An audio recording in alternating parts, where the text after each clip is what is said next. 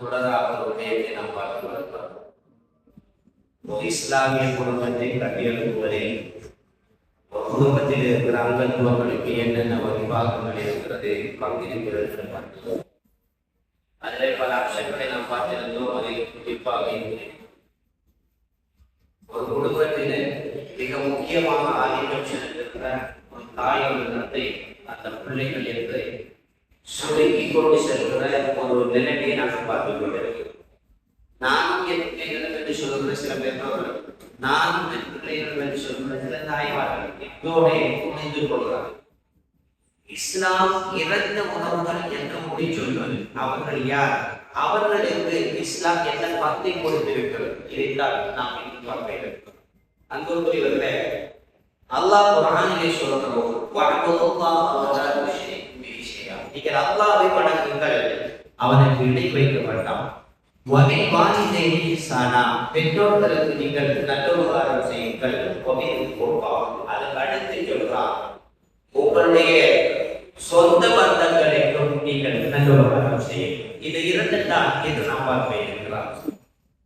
இந்த உலகத்தில் முதலில் இருக்கிற வருமானம் அக்கா, அதற்கு அடுத்ததால் இருக்கின்ற வருமானத்திற்குரியவர்கள் யார் என்றால் தாயும் தந்தையும் தன் குடும்பத்தார்கள். தாயும் தந்தையும் என்பதில் அதிகமான பயான்களை கேட்டிருக்கிறோம், பேசுவதை நாம் பார்த்திருக்கிறோம். என்று சொல்லக்கூடிய குடும்ப உறவுகளில் சிலருக்கு சில பெருமானங்கள் இருக்கிறது. அதை இன்று நாம் யாருக்கு கற்றுக் கொடுப்பது கிடையாது. அதனால் தான் இது வண்டி நாங்கள் எதிர்பார்க்க வேண்டியிருக்கிறோம். காரணம், குடும்பத்திலே உனக்கு யாரை தெரியும் என்று தன் பிள்ளையை பார்த்தால் தாயை தந்தையை, தாயை தாயை, தந்தையை தந்தையை, மாமா சாச்சா என்றெல்லாம் நாம் பார்க்கிறோம். இவர்களுக்கெல்லாம் நாம் குடும்ப அடிப்படையில் தெரிந்த உறவுகள் போன்று சிலர் பேசிக் கொள்வது, சிலர் பேசிக் கொள்ளாமல் விடுவது என்று குடும்பத்தில் இந்த உறவுகளில் அதிகமான விரிசல்கள் காணப்படுவதை பார்க்கிறோம்.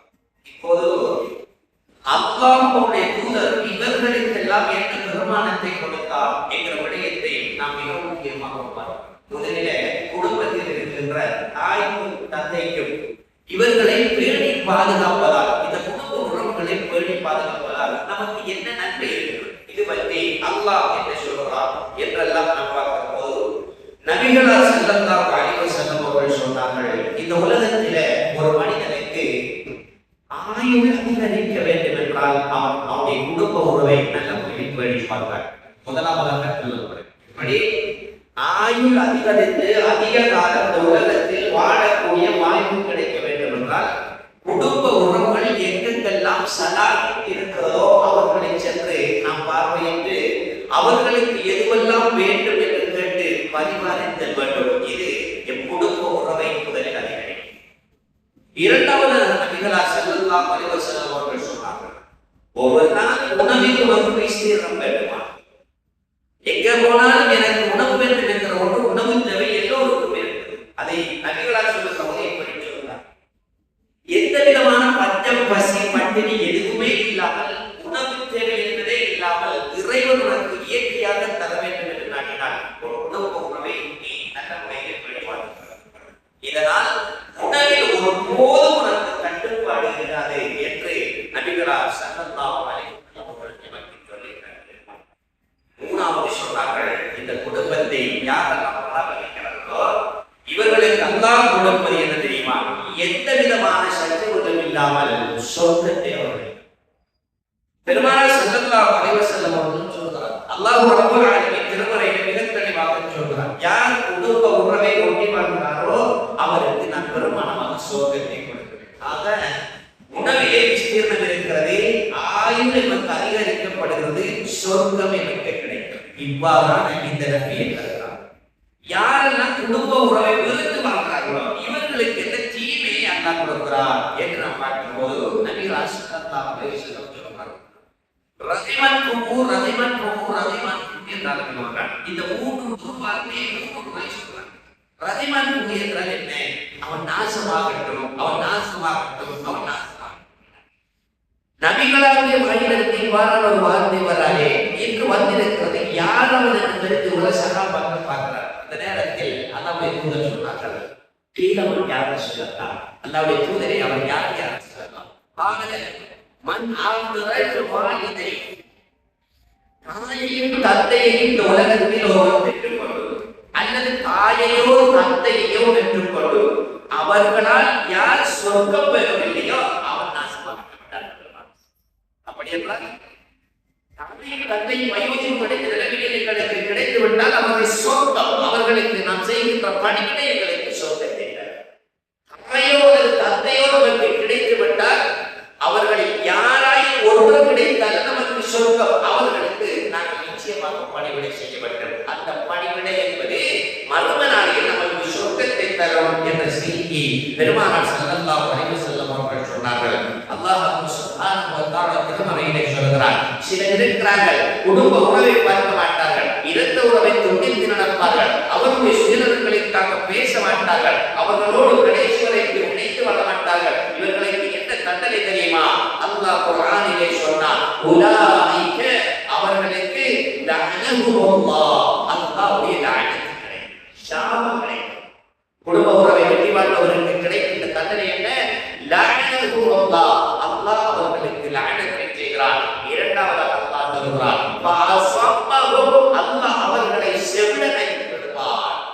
வஅமா அப்சாருஹும், அவர்களுடைய பார்வை அல்லாஹ் குருடனாக்கி விடுவார். இந்த மூன்று தண்டனை அவர்களுக்கு இருக்கிறது என்று அல்லாஹ் குர்ஆனிலே சொல்கிறார். இப்னு அப்பாஸ் ரலியல்லாஹு தஆலா சொல்கிறார்கள், இந்த உமையாக என்ன என்ற விளக்கத்தை சொல்கிற போது மர்மனாக அவரை அல்லாஹ் குருடனாக்கி விடுவார், அவரை உமையனாக மாற்றி விடுவார். உலகத்தில் வாழ்கிற போது நல்ல விடயத்தை கேட்க மாட்டார், நல்ல விடயத்தை பார்க்க மாட்டார். இது அவருக்கு கொடுக்கப்படுகிற தண்டனை என்று குடும்ப உறவை யாரெல்லாம் வெறுத்தொதுக்கி வாழ்கிறார்களோ அவர்களுக்கு இந்த தண்டனை என்று அல்லாஹ் சுப்ஹானஹு வ தஆலா அவருடைய திருமறையிலே சொல்லி தருவதை பார்க்கிறோம். அன்புக்குரிய சகோதரர்களே, பெருமானார் ஸல்லல்லாஹு அலைஹி வஸல்லம் அவர்கள் சொன்னார்கள், ஒரு தந்தை என்பவருக்கு அல்லாஹ் சொர்க்கத்தின் நடுப்பக்கத்தை கொடுக்கிறார். தந்தைக்கு கொடுப்பது என்னடா? சொர்க்கத்தின் நடுப்பக்கம். அந்த நடுப்பக்கத்தில் தந்தை உட்கார்ந்து கொண்டிருப்பார். சொல்லிவிட்டு சொன்னார்கள், அந்த தந்தையின் சகவாசத்தை உலகத்தில் யாரெல்லாம் நல்ல முறையில் வைத்திருக்கிறாரோ அவருக்கு உலகத்தில் ஜெயம் பெற்றவர், மறுமநாளை கண்ட தந்தை அவரை நோவார் என்ற செய்தி பெருமானார் ஸல்லல்லாஹு அலைஹி வஸல்லம் அவர்களை சொல்லி காட்டுவதை பார்க்கிறார். ஒரு சஹாபியை பார்த்து சொன்னார்கள், உன் தந்தை உனக்கு கிடைத்திருக்கின்ற இந்த உலகத்தின் சொர்க்கம், அவரோடு நல்ல முறையில் நீ பழகிக் கொண்டால் நீ சொர்க்கத்தில் செல்வாய். இல்லை என்றால் அவருடைய கோபம் இருக்குமாக இருந்தால் அல்லாஹ்வுடைய கோபம் கொண்டு விடுகிறார். எப்படி? அல்லாஹ்வுடைய கோபம் இருக்கிறதே, ஒரு தந்தையின் கோபம் என்றார். ஒரு தந்தையோடு கோபப்பட்டு விட்டால் அல்லாஹ் கோபப்பட்டிருப்பார், ஒரு தந்தையோடு விருப்பப்பட்டிருந்தால் அல்லாஹ்வும் விருப்பப்பட்டிருப்பார் என்ற செய்தியை பெருமானார் ஸல்லல்லாஹு அலைஹி வஸல்லம் அவர்கள் எங்களுக்கு சொல்லி காட்டுவதை பார்க்கிறோம். எனவே அன்புக்குரிய சகோதரர்களே, நாங்கள் எங்களுக்கு கிடைத்த முதல் உறவு என் தந்தை. அந்த தந்தைக்கு இவ்வளவு உருவாக்கத்தை சொல்வதை பார்க்கிறோம். அடுத்த உறவு யாரு? நமக்கு கிடைத்திருக்கிற தாய். இந்த தாயை பற்றி அல்லாஹ் சொல்றாரு தெரியுமா? உலகத்தில் நட்பு கொள்வதற்கு முதல் தேர்வானவர் தாய் தான். தமிழகத்தில் இருக்கின்ற அத்துணையை கொண்டே கொடுத்து அந்த தாய்க்கு சுகத்தை உலகத்தில் யார் வேலை பாதுகாக்கிறாரோ மறுமையில் அவருக்கு சொர்க்கம் என்ற செய்தியை நபிகளார் ஸல்லல்லாஹு அலைஹி வஸல்லம் அவர்கள் சொல்றாங்க. இன்னொரு சந்தர்ப்பத்திலே ஒருவர் ஒரு பெண்ணை கொலை செய்துவிட்டார். அவருக்கு கிடைத்த அவருடைய ஒரு விருப்பமான ஒரு பெண்ணை தன் விருப்பத்திற்கு கேட்கிறார். விருப்பமில்லை என்றவுடன் கையை பிடித்து அவருடைய கழுத்தின் பக்கம் வைக்க அந்த பெண் மரணித்து விடுகிறார். இப்படி மரணித்த இந்த பெண் இவருக்கு பாவத்தை கொடுத்து விட்டாலே இவருடைய மனம் எல்லாம் வருந்தி அல்லாஹ்வுடைய தூதரிடத்தில் வந்து கேட்கிறார், யா ரசூலல்லாஹ், நான் இப்படி ஒரு பெண்ணை விரும்பியிருந்தேன், அந்த பெண்ணுக்கு என்னை பிடிக்கவில்லை, நான் கோபத்தில் அவர் கழுத்தின் பக்கம் பிடிக்கிற நேரம் மரணித்து விட்டார். அல்லாஹ் எனக்கு மறுமையில் நரகத்தை தருவானே, நான் அறியாமல் செய்து விட்டேன் யா ரசூலல்லாஹ். பெருமானார் ஸல்லல்லாஹு அலைஹி வஸல்லம் கேட்டார்கள், உனக்கு தாய் இருக்கிறார்? முதலாவது யாரை கேட்கிறார்கள்? உனக்கு தாய் இருக்கிறாளா என்று கேட்டார்கள். அவர் சொல்றார், எனக்கு தாய் இல்லை யா ரசூலல்லாஹ். ஒரு தாயின் சகோதரி இருக்கிறாளா? ஆமாம், என் தாயின் சகோதரி இருக்கிறாள். அப்படி என்றால் அந்த தாயின் சகோதரிக்கு கடைசி வரை பரிவகாரம் செய், அந்த பாவம் உனக்கு மன்னிக்கப்படும் என்ற செய்தியை பெருமானார் ஸல்லல்லாஹு அலைஹி வஸல்லம் அவர்கள் சொல்லி காட்டுவதை பார்க்கிறார். இங்கே மிக தெளிவாக பார்க்க வேண்டிய ஒரு விடயம் என்ன தெரியுமா? நான் செய்த ஒரு பாரிய குற்றத்தை இந்த உலகத்தில் அல்லாஹ் ரப்பல் ஆலமீன் மன்னித்து சொர்க்கம் எனக்கு கிடைக்க வேண்டும் என்றால் அந்த தாயினுடைய விருப்பம் அவளுக்கு நாம் செய்ய வேண்டிய பரலோகங்கள் தான் எங்களுக்கு வழியமைக்கிறது என்கிற விடயத்தை பார்க்கலாம். அதிகமானவர்கள் இருக்கிறார்கள் இந்த விடயத்தில் கவனம் எடுப்பது கிடையாது. அவர்களின் கவனத்திற்கு இன்னும் ஒரு விடயத்தை சொல்கிறேன். என்னுடைய தாய் காவிராக இருந்தார், முஷ்ரிக்காக இருந்தார், ஒரு தவறான நடத்தை உடையவராக இருந்தார். அந்த தாயை ஒருபோதும் வெறுத்து ஒதுக்கிவிடக் கூடாது என்கிற செய்தி அல்லாஹ்வுடைய தூதர் ஸல்லல்லாஹு அலைஹி வஸல்லம் அவர்கள் அஸ்மா பின்த் அபீ பக்கர் ரலியல்லாஹு தஆலா அன்ஹா அவர்களுக்கு சொல்கிறார்கள், என்னுடைய தாய் முஷ்ரிக்காக இருக்கிறார் யா ரசூலல்லாஹ், நான் சென்று பார்க்கலாமா என்று கேட்கிறார். அல்லாஹ்வுடைய தூதர் சொன்னார்கள், ஆமாம் உங்களுக்கும் தாய் பரிமாறி என்ற செய்தியை அஸ்மா பின்த் அபீ பக்கர் ரலியல்லாஹு அவர்களுக்கு சொல்கிறார்கள். இந்த ஹதீஸ் நமக்கு தெளிவாக சொல்கிறது, ஒரு தாய் சில நேரம் நம்ம ஏசிவிட்டால் பேசிவிட்டால் சினந்து விட்டால் நம்மளோடு ஏதோ ஒரு வகையில் உணவாடி மாறுபாடு செய்து விட்டால் எந்த சந்தர்ப்பத்திலும் அந்த தாயை நாம் பகிர்ந்து பேச வாய்ப்பே இல்லை. பெருமானா ஸல்லல்லாஹு அலைஹி வஸல்லம் அவர்கள் சொல்கிறார்கள், அந்த தாய் தன் கரத்தில் கிடைத்தால் இந்த உலகத்தில் சொர்க்கத்திற்கு நம்மை தயாராக்குகிற ஒரு உணவுகளே என்ற செய்தியை நாம் பார்க்கிறோம். சில தாயை பார்க்கிறார்கள், தாயோடு பிறந்த அந்த சகோதரிகளை யாருமே பார்ப்பதே கிடையாது. அதிகமானவர்கள் அவர்களுக்கு நாம் சொல்ல வர செய்தி தெரியுமா? தான் குற்றமிழைத்த ஒரு தோழருக்கு அல்லாஹ்வுடைய தூதர் சொன்ன செய்தி, ஒரு தாய் இல்லை என்றால் அந்த தாயின் ஸ்தானத்தில் ஒருவருடைய தாயினை சகோதரி இருக்கிறார் என்ற செய்தியை பெருமானார் ஸல்லல்லாஹு அலைஹி வஸல்லம் சொன்னார்கள். இந்த உலகத்தில் தாய்க்கு என்ன பெருமானமோ அந்த தாயினுடைய பெருமானம் தான் அந்த தாயினுடைய சகோதரிகளுக்கும் வைத்திருக்கிறார் என்ற செய்தி நாம் பார்க்கிறோம். அன்புக்குரிய சகோதரர், அதே போலதான் ஒரு தந்தைக்கும் அந்த தந்தை மரணித்து விட்டால் அல்லது அந்த தந்தை இருக்கின்ற நேரத்திலும் அந்த தந்தையின் ஸ்தானத்தில் தான் தந்தையுடைய சகோதரர்கள் இருப்பார்கள் என்ற செய்தியை நபிகளார் ஸல்லல்லாஹு அலைஹி வஸல்லம் சொன்னார்கள். அம்மு வஹி, ஒரு மனிதனுடைய சாட்சா பெரியப்பா என்பவர் அந்த தந்தையினுடைய ஸ்தானத்தில் இருப்பார். தந்தைக்கு என்ன பெருமானம் இருக்கிறதோ, என்ன மரியாதை கொடுக்க வேண்டுமோ அது அத்துணையும் அந்த தந்தையினுடைய சகோதரர்களுக்கும் இருக்கிறதே, அவர்களையும் நீங்கள் பார்க்க வேண்டும் என்ற செய்தியை சொன்னார்கள். எந்த அளவுக்கு சொன்னார்கள் என்றால், தந்தையினுடைய நண்பருக்கு நீங்கள் பணிவுதான். உங்கள் தந்தை மரணித்து விட்டால் அந்த மரணித்த தந்தைக்கு நீங்கள் செய்கின்ற பரிபகாரத்தை உன் தந்தையினுடைய நண்பர்களுக்கும் நீ செய்கிறார்கள். பெருமானார் ஸல்லல்லாஹு அலைஹி வஸல்லம் எந்த அளவுக்கு சொன்னார்கள், இன்ன அபர்ருல் பர், நீ செய்கின்ற நற்காரியங்களில் மிகுந்த நற்காரியம் என்ன தெரியுமா? ஐயஸ்ல ரஜுலு, ஒரு மனிதன் நினைத்துக் கொள்வது அபுல உத்தி அபிஹி, தன்னுடைய தந்தை யாரோடு நட்புறவு வைத்துக் கொண்டாரோ, கூட்டாளியாக இருந்தாரோ அவர்களுக்கு செய்கிற பரிபகாரம் ஒரு தந்தைக்கு செய்கிற பரிபகாரமாக போய்விடும் என்ற செய்தியை பெருமானார் ஸல்லல்லாஹு அலைஹி வஸல்லம் அவர்கள் சொன்னார்கள். அதனால் தான் அல்லாஹ்வுடைய தூதர் ஸல்லல்லாஹு அலைஹி வஸல்லம் அவர்கள் அந்த சாட்சாமார் யாரையும் வெறுத்து பேசியது கிடையாது. அவர்கள் மார்க்கத்தில் முதல்பட்டிருந்தார், ஆனால் யாரையும் அவர்கள் வெறுப்பட்டுக் கொண்டது கிடையாது. அவருடைய உள்ளங்கள் நோவுவதாக நடந்து கொண்டது கிடையாது. அவர்கள் எதிர் திசையில் இருந்த போது கூட இன்பமான வார்த்தைகளை சொல்லி அவர்களோடு இணக்கப்பாட வாழ்ந்தார்கள் என்ற செய்தியை தான் நாம் பார்க்கிறோம். அதனாலே நாம் என் தாயை என் தந்தையை எப்படி நாம் பரிபகாரம் செய்து அவர்களோடு உருவாடி இருக்கிறோமோ, இதே போன்றுதான் இந்த தந்தையினுடைய சகோதரர்கள், தந்தையினுடைய சகோதரிகள், தாயினுடைய சகோதரிகள், தாயினுடைய சகோதரர்களும் அதன் பெருமானத்திற்குரியவர்கள். அவர்களுக்கும் கட்டாயம் என் மீது கடமை இருக்கிறது என்ற செய்தியை நாம் பார்க்கிறோம். இறுதியாக பெருமானார் ஸல்லல்லாஹு அலைஹி வஸல்லம் அவர்கள் இன்னும் ஒருவரை சொல்கிறார். யார் தெரியும்? நாம் திருமணம் முடித்த நம்முடைய மாவினம் மனித மச்சின இவர்களுக்கு என்ன வழிபாகம் இருக்கிறது இஸ்லாத்தில் என்று பார்க்கிற போது அவர்களுக்கும் பரிகாரம் செய்வது நம் கடமையா? என் தாயை, என் தந்தையை, என் அவர்களுடைய வழிபாடுகளை எப்படி நான் கவனிக்க வேண்டுமோ, என்னுடைய மனைவியினுடைய உறவுகாரங்களையும் அதே போன்று மனைவி கணவனுடைய உறவுகாரங்களையும் நல்ல முறையில் பரிகாரம் செய்வது மார்க்கத்தில் அனுமதிக்கப்பட்டிருக்கிறது. அவர்களுக்கு மீது கடமை இருக்கிறது என்ற செய்தியை நாம் பார்க்கலாம்.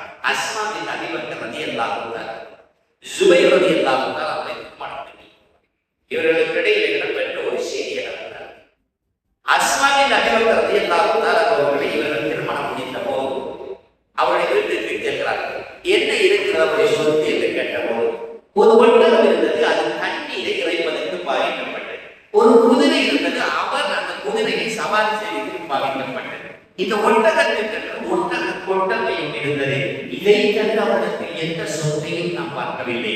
காலையிலே எழுப்பினால் அந்த ஒட்டகையை நான் சுத்தம் செய்வேன், தண்ணீர் வைப்பதற்கு ஒட்டகத்தை கொண்டு செல்வேன், ஈத்தம் விதைகளை நான் முறைக்கு எடுத்து அவைகளை எல்லாம் தலையில் சுமந்து வந்து அதை விற்பனை செய்வேன். அது மட்டுமல்ல, வீட்டில் இருக்கின்ற அத்துணை வடிவங்களையும் நானே செய்வேன். அந்த நேரத்தில் என்னுடைய கணவர் உறவான தாயும் அந்த இடத்தில் தான் இருந்தார். அவர் தாய்க்கு நான் செய்வதில் சந்தோஷம் அடைந்தேன் என்ற செய்தியை அஸ்மா பின் அபீ பக்கர் ரலியல்லாஹு அன்ஹு அவர்கள் சொல்லுகிற அந்த செய்தியை பார்க்கிறார். இந்த செய்தி நமக்கு ஒரு செய்தியை சொல்கிறது. என்ன? மாமியாவாக இருக்கட்டும், மனைவியாக இருக்கட்டும், அவர்களை சார்ந்தவர்களாக இருக்கட்டும், அவர்களுக்கு நாம் நல்ல முறையில் உறவுகாரியாக அவர்களுக்கு நல்ல பரிவகாரம் செய்வது என்பது மார்க்கத்தில் அனுமதிக்கப்பட்டது என்ற செய்தியை நாம் பார்க்கிறோம். நபிகளார் ஸல்லல்லாஹு அலைஹி வஸல்லம் காலத்தில் ஜாபிர் பின் அப்துல்லாஹ் ரலியல்லாஹு அன்ஹு ஒரு சஹாபி இருந்தார். அவருக்கு 9 சகோதரிகள். 9 சகோதரிகள். இவர்களை வைத்திருக்கிற நேரத்தில் தந்தை மரணித்து விட்டார். அந்த 9 தந்தைகளை இவர்தான் பராமரிக்க வேண்டிய இக்கட்டான சூழல் ஏற்பட்டது. நபிகளார் ஸல்லல்லாஹு அலைஹி வஸல்லம் அவர்கள் நீண்ட நாட்களுக்கு பின்னர் ஜாபிர் பின் அப்துல்லாஹ் ரலியை சந்தித்தார்கள். ஜாபிரே, திருமணம் முடிந்து விட்டீரா என்று கேட்டார்கள். ஆமாம் யா ரசூலல்லாஹ், நான் திருமணம் முடிந்து விட்டேன்.